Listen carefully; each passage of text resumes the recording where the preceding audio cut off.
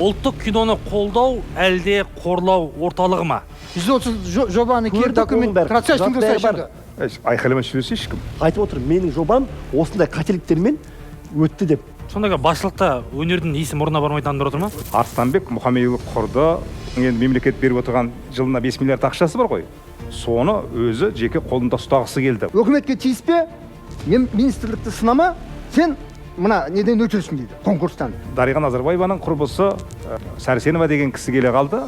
Ол келді да бірден 450 миллион қырқытып жіберген. Нақты 1, 2, 3 деп қандай талап қойдыңыздар?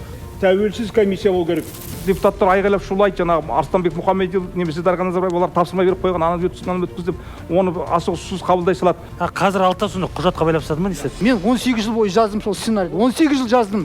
Бір киноны түсіріп жатсаң келіп антикор жетіп келеді. Бір киноны түсіріп жатсаң тағы бір тексеріс келіп жатады. Қазаққа түк керек жоқ сценарийлерді біздер, түк керек жоқ режиссерлер жүр. Қазақ фильм кезіндегі ереже оңтайлы ма еді? Шығармашылыққа мүлде орын қалмаған. Ұлттық кино орталығын бұны тарату керек. Мемлекет киноға ақша бөлмеу керек. Әркім кино түсіргісі келсе, өз ақша тапсын да түсірсін, ырақшып тастап.